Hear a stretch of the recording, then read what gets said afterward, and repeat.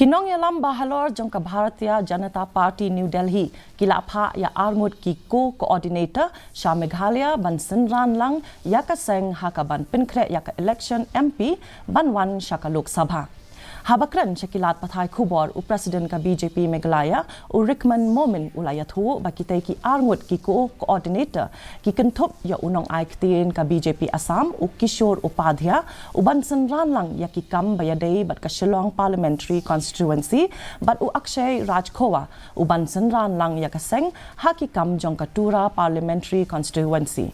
Habakali halor ka Jingpen Slam jong ka seng ban pinbana yaki kertong u Momin ulayathu baladep ban pha yaka thup kerteng shaki kertong bat ka seng kadang ap yaka Jingmen jur nakibor bahalor.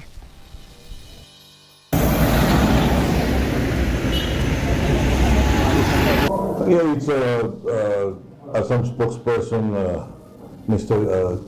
Kishore Upadhyaya. Yeah. And from Garville's... For Garville's, I think he's sending this Akshay Rajkhowa. Ready for any election. Any election, we are ready. Because groundwork we have already done. We have our own organization.